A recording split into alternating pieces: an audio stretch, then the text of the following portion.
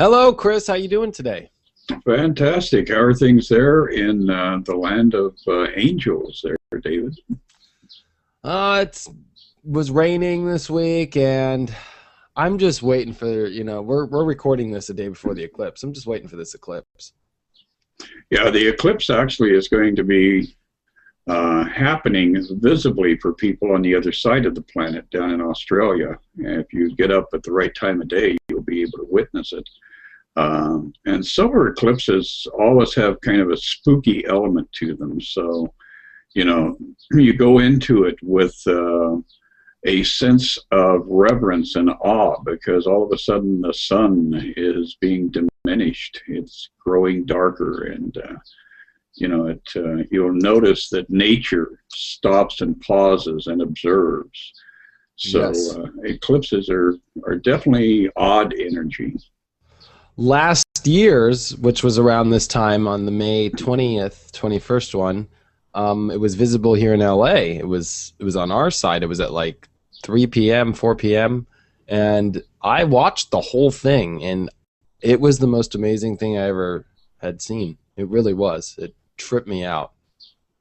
Yeah, it's very easy to relate to our ancestors when we experience these major events with the moon and the sun. A lunar eclipse can be equally spooky, and once again, it just it makes us aware of the fact that there are forces outside our realm of being able to manage and manipulate that we have to accommodate. We have to stop and do our rituals and honor the passage of the planets in the universe.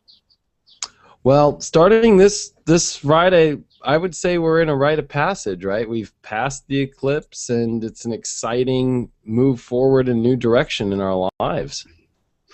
Yeah, it's going to be kind of a fun weekend when you really stop and analyze what's going on, because we've got this progression of Mercury, Mars, the Moon, and Venus. Venus will be already into Gemini. But the other three planets that are most intimate in our lives are going to be continuing to advance away from that opposition to Saturn. So the stress will be off. People will be feeling a lot more relaxed. And then, of course, as the moon moves through Gemini, it's very social. So a good time to get out and have a little fun. Yeah, I'm excited to see what this Jupiter energy is going to feel like through the weekend. Jupiter's finally pushed past that shadow period that it was in for pretty much a year that we had gone through. And here's the moon going to tap into this new energy. And it's Jupiter's ready to move forward. He's so ready to get out of Gemini, and he's really hightailing as fast as he can. So there's a lot of new information for us, expanding our information. And I think is going to be kind of the energy that we are in. Like, we're all going to be thinking about our new energy, about this new sense of worth in our lives. And I'm excited to see this because also Mercury is getting closer to conjunct the sun. So talk about really big epiphanies and understandings and clarity that we're coming into. It's really exciting. Yeah, whenever a planet actually is exactly on top of the sun, or vice versa, the sun arrives on top of a planet in your chart, we have what is called a combust. And imagine the room filled with gas, and you lit the match, kaboom. So it can manifest in a positive way or a negative way, and really the idea is to keep your attention focused on the direction that you want your life to take, because that's when you'll get the information from this combustive configuration that will illuminate you. It'll give you a sense of direction. And Mercury, has a lot to do with money. So finances are going to be on the table this coming week. And we're going to have to figure out where we're going with what we're doing to create gainful income. Yes, I think it's exciting because all the planets pretty much are free and clear of these big outer planets for a couple weeks, because then we're going to tap into Neptune and we're going to tap into Uranus as far as squares go and so forth. We're actually in a very clear space here. This is exciting because after this eclipse, it's just like gung-ho, build, feel it all out, really start to understand things. And Venus in Gemini is exactly what we need right now. And I think it's going to finish up what happened last year with the Venus retrograde. We had that Venus retrograde last year, which was also a Venus eclipse. And here's Venus coming in. And we had this energy last year in May, June. We had Jupiter and we had Venus that were both hanging out and starting to feel this new energy. Yeah, it was interesting last year because Jupiter was on the opposite side of the sun and Venus was on the inside of the sun. And so you had this pair of planets that have a natural affinity for each other. Jupiter loves Venus and vice versa.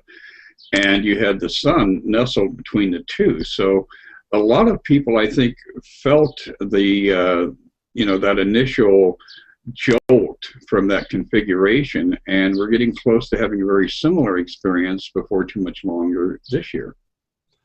Yeah, I think it's going to highlight a lot of why so much has happened over the whole course of this year of Jupiter Gemini, right? I mean, a lot of astrology can be just based off Jupiter. I mean, I know the Chinese base a lot of their astrology off just Jupiter transits. It's interesting to see that this Jupiter transit is starting to come to a close finally, and I'm starting to feel this pickup of remembering what happened over the last year. You know, I think this is also funny that we brought up the solar eclipse last year because that was at this 0-degree Gemini point, and here we are. Everything's heading towards this point again. There's another close from last year coming. Like there's this really big catapult of moving forward into completely new territory now, leaving behind that last year, leaving behind the last 6 months of the last solar eclipse in Scorpio. It's like both combined kind of energy. Leaving. Exactly, and a lot of people keep looking back at the 2012 shift that happened in December and having dialogue about the fact that, you know, over the last 2 months, we really have cleared that particular place in how the universe is aligning itself. And so now with Jupiter advancing into Cancer, and getting into our deeper feelings and our sense of home, our sense of attachment to others and building a nest, all of those things are really going to be a subject of observation and discussion as we move more and more toward the end of spring and beginning of summer. Yeah, all this 2012 energy, I mean, it's definitely not fully gone, but it's like you're not feeling that heavy weight as much. That was a heavy shift. We all had to, you know, close our eyes and go through, you know, that crazy border wherever it is. You know, it's a lot like just like going into completely new territory, and now we're kind of opening our eyes like, did we make it? Yeah, we made it. And it's like, wow, okay, yeah, it's all good. Brush your shoulder off, and all right, let's move into this. And it's the excitement of this new moving forward. And, you know, the sun is finally pushing past Mars. You know, it's interesting to see that Martian energy we had that created the bombings, that created so much of what got us here, is finally starting to chill out a little bit more, and that masculine energy is starting to trail. And here we are, the feminine energy is leading the pack now as far as the very personal planets. So we're wanting to feel more, we're wanting to create more, we're wanting to be more sensual in our lives and to feel our lives in a more beautiful way. Oh, absolutely, yeah. And in addition to the sun moving further away from Mars, Mars is moving further away from the opposition to Saturn. So yeah, we're getting a real nice trickle-down kind of compounded energy as everything starts to advance. So that final dance as everything moves out of Taurus is going to really bring a lightness back into our day-to-day, regimens. Yeah. And, you know, let's talk about this Pluto-Uranus square. I mean, we are almost exact. I mean, literally, it's going to be by next week that it's exact. So people people can feel this now. It's not just the eclipse that you felt. It is this weird energy that this energy does not come around a lot. I mean, the last time this energy around really was in the late 1920s. Like, it's very rare to go through this. And it's important to note that the last time Pluto and Uranus were together was in the 60s. So it's so interesting that this is taking so much of what was embedded in the 60s and really challenging to see if it can hold up in society today and really see how that is. I mean, it's interesting that, let's just take like sex, for example. That was like a revolution of sex in the 60s. And really, we're at this really weird period now where sex is pretty much free and it's open. Yet, you know, there's some weird energy still around it. There's weird energies around all this freedom and this excitement, and there's this wanting to restrict things very hardcore. I mean, if you just look at the world right now and with terrorism and so forth, like they just want to restrict everything. All that Pluto Capricorn is over obsessive about restriction and over obsessive about control. And then we've got this wild, like, let's go free and become new and be ourselves. And this is exciting energy. You don't feel this stuff much. It is wild. Yeah, it absolutely is. And interestingly enough, a couple of days ago, when when Mercury passed over that node in Taurus, we had the stock market rally to its highest point in history.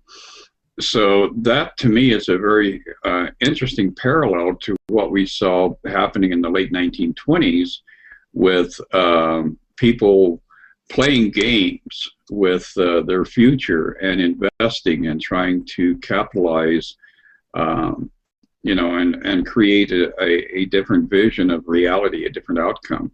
So somehow I think that over the next 2 weeks we'll see a lot of things happening in Wall Street that have, shadows from the 1920s, and it's very much a part of this activity of Uranus squaring Pluto and Neptune being in square to Jupiter.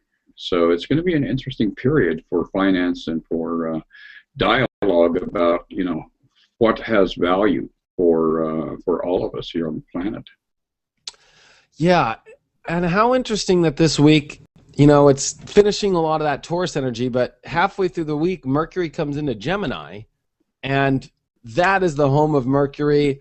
So much stimulation. I think things are going to really start to pick up because Jupiter is in Gemini, and I think that is the big story that we're about to come into this spring, which will happen next week when the sun comes in to Jupiter. But Mercury coming in this week is really going to start to make things really still feel like, wow, okay, things are picking up. Yet the sun and Mars are still building this slower foundation to stand on. There's going to be this energy of like, okay, let's go. And the moon comes into Leo right when Mercury comes into Gemini. So there's this like halfway through the week, things are really going to start to open up in a bigger way and a little bit more passionate and a little bit more exciting. And, the sun's slowly but surely trying to get into Gemini, because once that happens, this whole like kickstart to the summer is going to get really exciting. Yeah, it is. And it is, once again, going to be very social. I think the last half of spring this year, people are really going to be frustrated with having to restrict themselves, not only for the last few months, but for the last 10 years, 15 years. Once we had the Twin Towers event, Americans really had to kind of knuckle down and count their pennies. And I think this is the beginning of a shift forward where the national economy is going to go into a better state and people are going to be able to buy things, engage in new activities, and give themselves, some perks. Yeah, it is going to be social. It is going to be really exciting. I mean, and I think we forgot to mention, and maybe you mentioned it, is like this weird Venus square Neptune energy this week that we're going to have. And I think it goes well with what you said about the stock market. So there's this idea, especially when you brought up Mercury on the south node in Taurus, this idea that all the wealth's there, everything.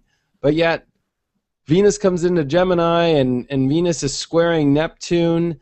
You know, don't make any big investments this week with money. I would just be completely honest with you. I would not make an investment in money this week. I think that you could get way wrong information. You could be way unrealistic.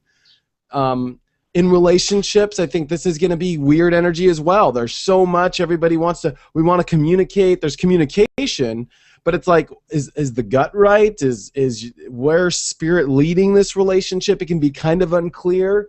You want to know all the facts. One thing about Venus and Gemini is it wants to know everything in the relationship. Why? Why did you say that? Why did you do that? What is going on? Is that happening? Are you sure? Then it's like, oh my gosh. And then you've got the square to Neptune, and it's all because really you're like trying to understand and feel out, but there's this weird energy around it. Yeah, it definitely has a sense of obscurification. You know, it's like thinking your way into a box and not being able to get your way out. And I think we'll see that lighten up, though, on Wednesday as we see the moon move into Leo. Because when the moon's in Cancer, you know, we've got all of these desires that come up that are, you know, almost primal. And we've got that activity going on in Gemini, which is pulling us into the head region. And I think that when the moon shifts into Leo, we'll be able to reconcile those two elements. The mind and the heart will come together. Yeah, this is going to be the end of the week, the Wednesday, Thursday, Friday, that just feels right. And it will feel good, you know, on the weekend, like we brought up, Monday, Tuesday, but there is this weird, like, you know, finishing up of the mind in Taurus and finishing up this Venus square Neptune, which, you know, Venus and Neptune love each other, but when they're not loving each other, it's a little weird. It's a little, and especially, this has been kind of the story, which has been Gemini square or Pisces, which are both very big duality signs, you know, but, you know, both look at the information very differently. Like 100% differently. So when they square, it's a battle of information, spiritual information or mind and factual information. And so this can bring some very weird, like, battle energy. Well, like, it's like spirit saying to do this, but logically it does not seem right. I would actually always go with spirit. That's just me. I'm just go with spirit. But you know, the mind is going to totally start to think that it's completely right because Jupiter's here and now all the planets are coming here, and poor Neptune in Pisces is all alone, you know, holding this beautiful, you know, this beautiful energy and like raising up the oceans and like saying, no, like here's the beautiful energy and it's magical. Yet our mind is going to say, nope, sorry, I didn't see it on Facebook. Right, exactly. And it's going to be a lot of inner angst, the inner conflict. But looking at the cards as we look at Friday and into the weekend, a lot of passion. The Ace of Rods is the dominant theme from you know, late Friday afternoon clear through the weekend. So a lot of people are going to want to get deeper into their emotional range and discover, you know, what it is that their feelings are attached to, how they're able to process their emotions, because again, we got all this stuff going on in Gemini. And then as the weekend winds down, there's a Seven of Swords, and that's you know, looking back and making sure that you covered your tracks. If you got a little bit out of control over the weekend, Sunday night is a time for damage control. Go back and resolve anything that you had created that might be conflictive. So that pair of cards is real interesting coming up for the weekend. Looks like me at the rave, that picture. Yeah, kind of. Oh, is everything okay? Yeah, and having that hood and cloak on with your 12-pack of Coors underneath it, you know. It's kinda... But, you know, it's got all those swords. It's like trying to hold on to them all, but not. You know, it's like, Yeah, they can cut you. Yeah. yeah, it's a very, very, very intense card, and especially it's very mind, you know. It's almost like, did your mind hold on to way too much stuff? You know, Hmm. like, did it cut you? Ugh. Yeah, clear the cache.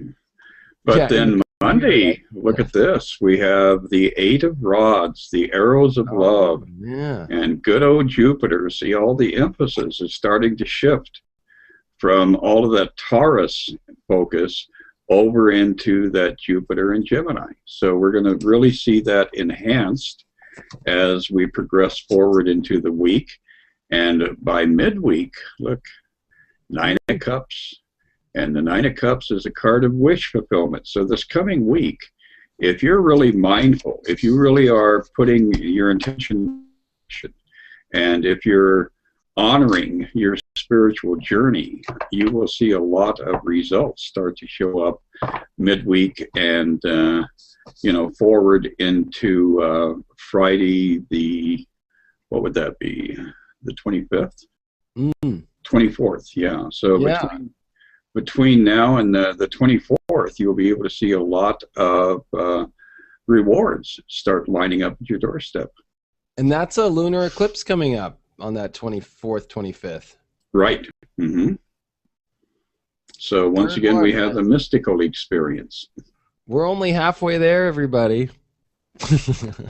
Yes, be patient. There's a lot shifting for humanity individually, a lot of fate, a lot of destined stuff coming up. It's Well, and exciting. as you know, people are watching the video and watching the progress of events over this next week. It would be nice if they leave us validation. If you're having personal experiences and you would like to share that and say, hey, you guys are pretty close with what you were talking about here. This is how it came up in my life. Definitely, leave feedback for David and I, because it's something that we appreciate and it validates what we're trying to do. Yeah. Please do. That would be amazing for us. And leave, your comments, and we appreciate all the support, Yeah, it's really been kind of fun watching how people are coming back for extra dessert every week. Yeah.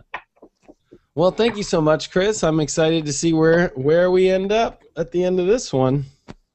Yeah, it's going to be a kind of a rocky road that we start off with, but by the time it's all over, we're going to be feeling pretty good about life. So, Yeah. the big thing is to just get out there and share the love, and if you do that, you'll lift yourself above the bumps in the road. Yeah. Grab your beautiful lightsaber of love and go out there and use it. Absolutely. All right, buddy. Well, I'll see you next week. Take care.